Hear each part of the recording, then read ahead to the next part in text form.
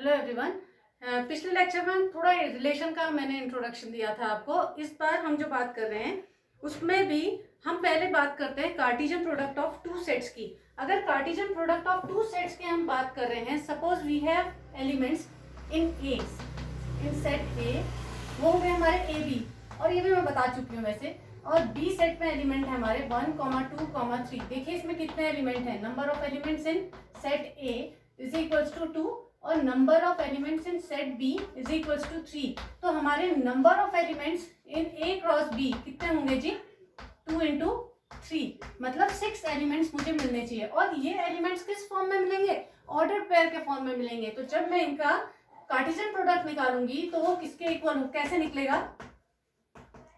एक सेट निकलेगा जिसमें एलिमेंट्स बैठेंगे a,1, a,2, a,3 और ऐसे b,1, b,2 और b,3। ये हमारे एलिमेंट्स निकल गए ए क्रॉस बी के अंदर के। अब ए क्रॉस बी के अंदर के एलिमेंट्स होने कितने चाहिए थे? 6। तो चेक करते हैं, 1 2 3 4 5 6। हाँ, 6 एलिमेंट्स हमारे ए क्रॉस बी के अंदर बैठे हुए हैं। अच्छा, सबसे प्यारी बात, अगर हम किन्हीं भी दो ऑर्डर्ड पेयर्स को सेम कह रहे हैं, हम कह रहे हैं अगर दो ऑर्डर्ड पेयर इक्वल हैं, तो उसकी मीनिंग क्या है? कोई भी दो ऑर्डर्ड पेयर इक्वल तब कहलाते हैं जब दोनों ऑर्डर्ड पेयर का पहला एलिमेंट पहले के इक्वल हो और दूसरा एलिमेंट दूसरे के इक्वल हो। मतलब अगर दोनों के डोमेन इक्वल हो और दोनों की रेंज इक्वल हो, तब हम कहेंगे कि वो दोनों ऑर्डर्ड पेयर्स इक्वल हैं। जैसे हमारा एक क्वेश्चन है, ये कह रहा है if x plus 1, y minus 2 is equals to 3, 1, find the value of x and y। हमें x और y निकालने हैं। अब ये क्या दिख रहे हैं आपको? Ordered pair. ठीक हो गए, ये भी एक ऑर्डर्ड पेयर है, ये भी एक ऑर्डर्ड पेयर है। दोनों ऑर्डर्ड पेयर इक्वल कब हो सकते हैं? जब पहला एलिमेंट पहले के इक्वल और दूसरा एलिमेंट दूसरे के इक्वल हो। तो इससे मुझे हिंट मिल गई कि x plus 1 is equals to 3 है and y minus 2 is equals to 1 के है। तो यहाँ से मुझे क्या मिलेगा? x is equals to 3 minus 1 that is 2, और दूसरे से y is equals to 1 plus 2 is equals to 3। तो x और y जो एलिमेंट्स हमें मिले वो कितने के इक्वल मिले? 2 और 3 के मिले। तो हमारा पहला जो इसका पॉइंट था कि two ordered pairs are equal if and only if the corresponding first elements are equal and the second elements are also equal. दूसरी बात कह रहा है if there are p elements in a and q elements in b then there will be elements in a cross b that is na is equals to p है और nb equals to q है, then na cross b is equals to pq होगा। जैसे मैंने आपको बताया कि number of elements in a are 2, number of elements in b are 3। तो number of elements in a cross b understood है कि कितने के इक्वल होगा? 2 इंटू 3 मीन्स 6 के इक्वल होगा। ठीक है, अगली बात करते हैं हम थर्ड प्रॉपर्टी की। If a and b are non empty sets and either a or b is an infinite set then so a cross b। अच्छा, ये बोल रहा है अगर a और b हमारे दो नॉन एम्प्टी सेट्स हैं और उनमें से या तो a इनफाइनाइट है या b इनफाइनाइट है, तो a क्रॉस b भी हमारा इनफाइनाइट सेट होगा। a क्रॉस a को हम ऑर्डर ट्रिपलेट बोलते हैं। a क्रॉस a को हम ऑर्डर ट्रिपलेट कहते हैं। इसमें हमारे पास जो ऑर्डर पेयर आएगा, ऑर्डर ट्रिपलेट आएगा, वो आएगा उसमें 3 एलिमेंट्स बैठे होंगे। ठीक हो गई? जहां पर हम क्या कह सकते हैं, a अगर ये कह रहा है हमसे a क्रॉस a को अगर हम रिप्रेजेंट करेंगे तो इसे किससे करेंगे?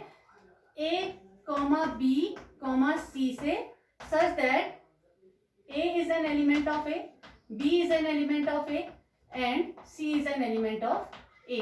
इस तरीके से हम इसे सॉल्व करेंगे।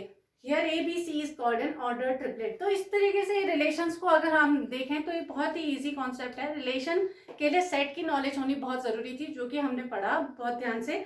अब बात करते हैं कुछ और क्वेश्चंस की। जैसे हमारे अगला क्वेश्चन है हमारा,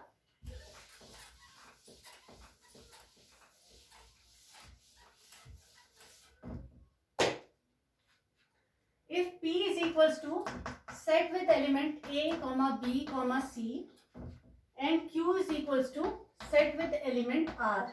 ठीक हो गई? Form the sets p cross q and q cross p, are these two products equal?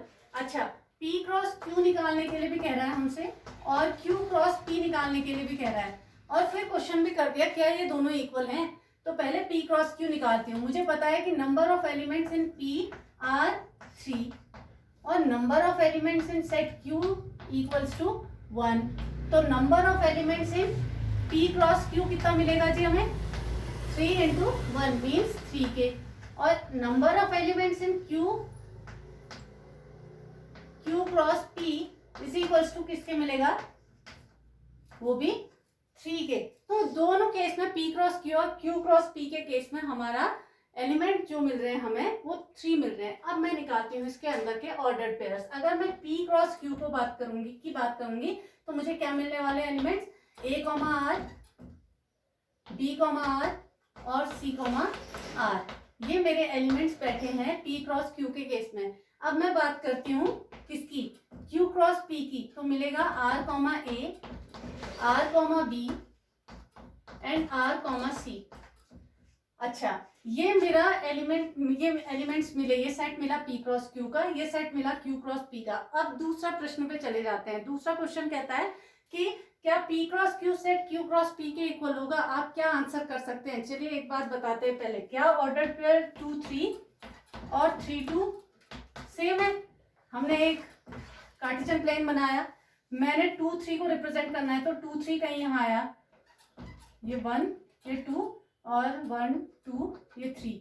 हम पहुंचे 2, 3। तो 2, 3 को अगर मैंने मार्क किया तो वो 2, 3 कहीं यहाँ पर आता है। ठीक हो गई ये वाली बात। अब आए हम अपने 3, 2 पर। 3, 2 पर हमारे पास क्या एलिमेंट्स हो गए?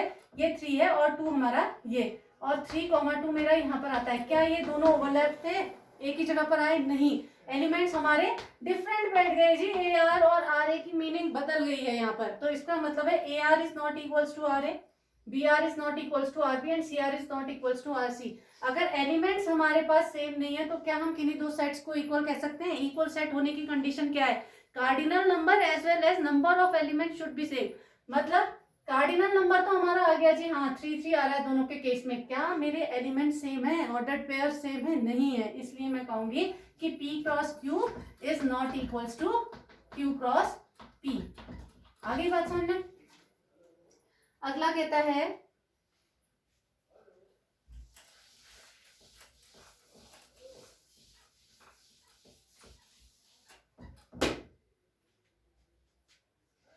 थर्ड क्वेश्चन कहता है let A is equals to set with element 1, 2, 3, B is equals to set with element 3, 4 and C is equals to set with element 4, 5, 6। ठीक हो गया? फाइंड, पहला कहता है A cross B intersection C, दूसरा कहता है A cross B intersection A cross C, तीसरा कह रहा है A cross B union C, चौथा कह रहा है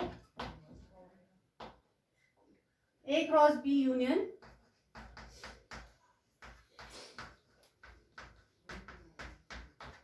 A क्रॉस C। अच्छा, ये क्वेश्चन को हमने सॉल्व करना है। तो पहला क्वेश्चन मैं पकड़ देती हूँ। पहला क्वेश्चन मैंने पकड़ा, क्या है कि हमारा पहला पार्ट है हमारा A cross B intersection C। अब A cross B intersection C मतलब कार्टेशियन प्रोडक्ट है दो सेट्स का। B इंटरसेक्शन C भी अपने आप में एक सेट, A भी अपने आप में एक सेट, दो सेट्स का क्रॉस प्रोडक्ट मतलब मैंने कार्टेशियन प्रोडक्ट निकालना है। तो उसके लिए पहले मुझे B इंटरसेक्शन C निकालना जरूरी है। तो मैं B इंटरसेक्शन C निकाल लेती हूँ। B इंटरसेक्शन C हमारा कितना होगा? B और C का कॉमन एलिमेंट कौन है जी? 4। तो हमने कॉमन एलिमेंट 4 उठा लिया। अब मेरा A सेट है जिसमें एलिमेंट है 1, 2, 3 और B इंटरसेक्शन C सेट है जिसमें एलिमेंट है 4। आई बात समझ में? अब इसका और इस सेट का क्रॉस प्रोडक्ट निकालना है। मैंने निकाल सकती हूँ। तो A cross B intersection C की अगर मैं बात करूंगी तो ये आ जाएगा 1, 2, 3 cross product with set with element 4। यहाँ आ जाएगा सेट with element 1, 4, 2, 4 and 3, 4। लो जी, ये हमारा तैयार हो गया A cross B intersection C। इसी तरीके से अगर मैं दूसरे क्वेश्चन की बात करूं, अगर मैं दूसरे क्वेश्चन की बात करती हूँ तो वो कह रहा है पहले ए क्रॉस बी निकालो। ए क्रॉस बी हमारा कितना हो जाएगा, इसमें एलिमेंट है 3, इसमें एलिमेंट है 2, मतलब हमारे ए क्रॉस बी पे एलिमेंट्स होंगे 6। अब मैं इसे अगर सॉल्व करूंगी तो क्या मिलता है मुझे, सेट विद एलिमेंट 1, 3, 1 3 के साथ भी, 1 4 के साथ भी, 1, 4, फिर 2 3 के साथ भी, 2 4 के साथ भी, फिर आया हमारा 3 3 के साथ भी और 3 4 के साथ भी। ठीक हो गया। ये लो जी हमारे एलिमेंट्स आ गए इसके अंदर ए क्रॉस बी के अंदर। इसी तरीके से मुझे ए क्रॉस सी भी निकालना है। ए क्रॉस सी भी निकाल देती हूँ। ए क्रॉस सी निकालने के लिए इसके अंदर 3 एलिमेंट, इसके अंदर भी 3, टोटल कितने एलिमेंट्स मिलेंगे ए क्रॉस सी के अंदर, 9 एलिमेंट्स। तो हम 9 एलिमेंट्स को लिखते हैं। पहला 1 तीनों के साथ एसोसिएट करेगा, 1, 4, 1, 5 एंड 1, 6। ऐसे 2, 4, 2, 5, 2, 6 और इसी तरह से 3 भी सबके साथ करेगा, 3, 4, 3, 5 एंड 3, 6। लो जी हमारे एलिमेंट्स तैयार हो गए ए क्रॉस सी के अंदर के भी। अब हमसे क्या बात कर रहे हो, ए क्रॉस बी और ए क्रॉस सी का इंटरसेक्शन निकालना है। मैंने ए क्रॉस बी ये सेट था जो ये वाला, और ए क्रॉस सी, इन दोनों का मैंने इंटरसेक्शन पार्ट निकालना है। ए क्रॉस सी का इंटरसेक्शन पार्ट क्या हो जाएगा जी, देखिए 1 3 नहीं है, 1 4 मिल गया, दूसरा 2 3 2 4 मिल गया, फिर हमारा 3 4 मिल गया। हमारे सारे एलिमेंट्स मिल गए हैं, हमने डाल दिया इसमें। हमारे इसके इंटरसेक्शन वाले पार्ट में हमें जो एलिमेंट्स मिले 1 4 2 4 और 3 4। लो जी हमारे एलिमेंट्स जो हमें मिल रहे हैं 1 4 2 4 एंड 3 4 हमारे इंटरसेक्शन में मिले। आई बात समझ में? ठीक है। इसी तरीके से ये वाला क्वेश्चन के लिए आप क्या करेंगे, पहले बी यूनियन सी निकालेंगे, बी और सी का यूनियन, फिर ए के साथ उसका क्रॉस प्रोडक्ट निकाल देंगे। फिर फोर्थ वाले में ए क्रॉस बी पहले निकालना है, ए क्रॉस सी निकालना है, जो हम निकाल चुके हैं। अब इन दोनों का यूनियन बनाना है। यूनियन निकालने के लिए जो इंटरसेक्शन पार्ट है उसको केवल एक बार लिखिए, बाकी के सारे एलिमेंट्स को भी साथ में लिख दीजिए, तो हमारा यूनियन भी तैयार हो जाएगा। तो आप कर सकते हैं इस क्वेश्चन को। अगला बात करते हैं,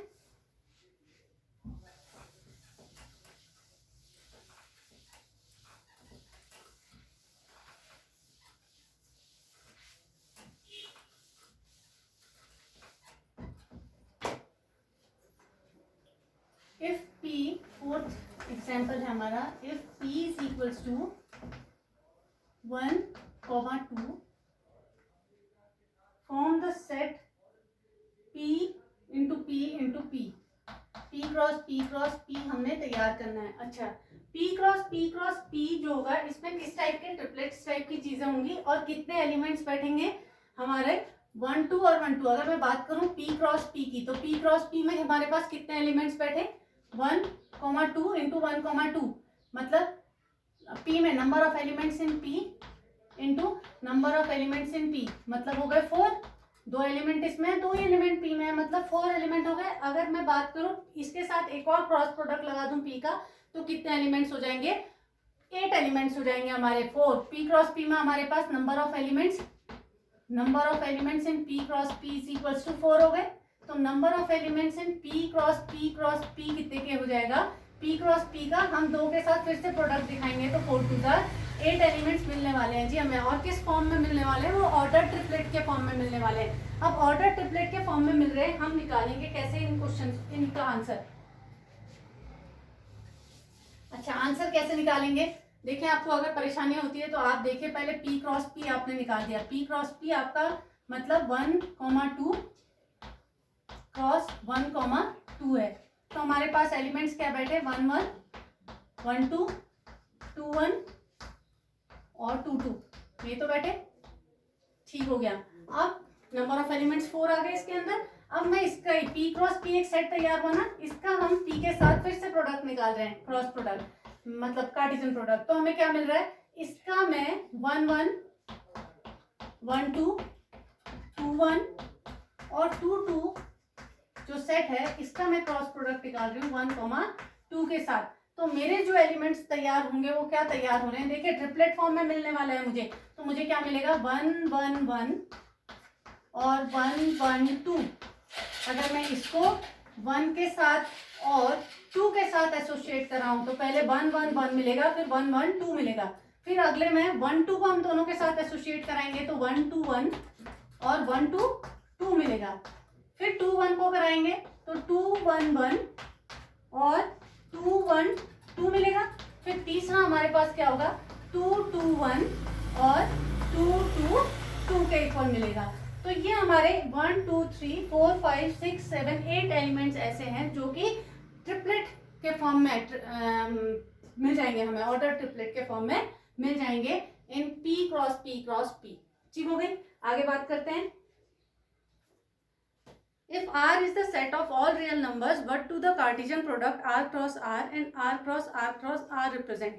अच्छा, if R is the set of all real numbers, real numbers का सेट जो होता है कैसा सेट होता है, इनफाइनाइट या फाइनाइट, फाइनाइट या इनफाइनाइट, इनफाइनाइट ना, तो इनफाइनाइट सेट है हमारा रियल नंबर्स का सेट। अब मैं Cartesian product R cross R के बारे में बात कर रही हूँ, अगर R क्रॉस R के बारे में बात कर रही हूँ तो R क्रॉस R का सेट भी कैसा होगा, इनफाइनाइट, और अगर मैं R क्रॉस R की बात करूंगी तो ये भी मेरा कैसा होगा, इनफाइनाइट सेट होगा। अगर R क्रॉस R की बात हो रही है, रियल नंबर्स के कार्टेशियन प्रोडक्ट की बात कर रही हूँ, तो इसका मतलब है ये हमें क्या दिखाएगा, 2 डायमेंशनल थ्योरी को दिखाएगा, 2 डायमेंशनल कोऑर्डिनेट्स को दिखाएगा in case of cartesian plane. और अगर मैं R क्रॉस R की बात करूं तो मैं 3 डायमेंशन में घुस जाऊंगी, जहां पर मेरी एक्स वाई जेड डायमेंशन का यूज होगा। यहाँ पर ये जो भी एलिमेंट्स हमको दिख रहे हैं इसका मतलब है कि मैं 3 डायमेंशन में घुस गई हूँ। 3 डायमेंशन में घुसना मतलब मैं यहाँ पर के किसी पॉइंट की बात कर रही हूँ, क्योंकि मैं यहाँ पर जो खड़ी हूँ 3 डायमेंशन है। आई बात समझ में, 1 1 1 अगर मैं बात कर रही हूँ तो मैं यहाँ हवा में लटकते हुए किसी पॉइंट के बारे में बात कर रही हूँ। ये आ गई हमारी 3 डायमेंशनल ज्योमेट्री के बारे में बात। और P क्रॉस P तो हम कार्टेशियन प्लेन को इजीली हम अपने बोर्ड में दिखा सकते हैं। अगला है if A cross B is equals to,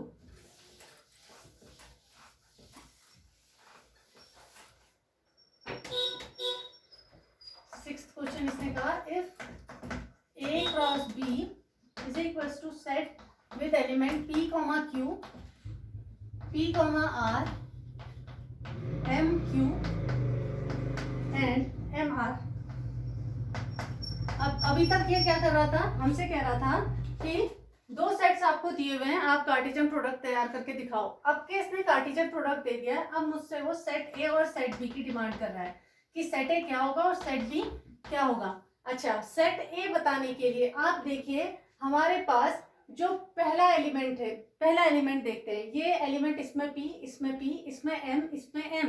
repetition जो होती है, एक एलिमेंट 2 के साथ एसोसिएट हो रहा है, इसका मतलब है कि 2 एलिमेंट हमारे, एक एलिमेंट 2 के साथ एसोसिएट हो रहा है Q और R के साथ, ऐसे ही एक और एलिमेंट जो है वो 2 के साथ एसोसिएट हो रहा है सेम एलिमेंट्स के साथ। इसका मतलब है कि हमारे सेट ए में भी 2 एलिमेंट है और सेट बी में भी 2 एलिमेंट है, और सेट ए के एलिमेंट्स हमारे क्या हैं, एक तो P एसोसिएट कर रहा है Q और R के साथ और एक M एसोसिएट कर रहा है Q और R के साथ। तो हमारे सेट A में एलिमेंट्स हो गए, A क्रॉस B की बात हो रही है, A मतलब पहले वाले सेट के पहले वाले एलिमेंट्स के बारे में बात कर रहा होगा ये, तो P P M M ना लिखकर हम P और M लिखेंगे, रिपीटेशन इज नॉट अलाउड। और B के केस में हमारे पास Q R के बदले हमने क्या लिख दिया, Q कॉमा R। तो हमारे सेट ए में एलिमेंट्स बैठे P कॉमा M और सेट बी में एलिमेंट्स बैठेंगे Q कॉमा R। आई बात समझ में, इस तरीके से हम इन क्वेश्चंस को करेंगे। अब आया हमारा एक्सरसाइज। एक्सरसाइज के क्वेश्चंस आप बनाने की कोशिश करिएगा, रफ में ही बना लीजिए पहले, ठीक है। बस आगे बात करेंगे नेक्स्ट लेक्चर में।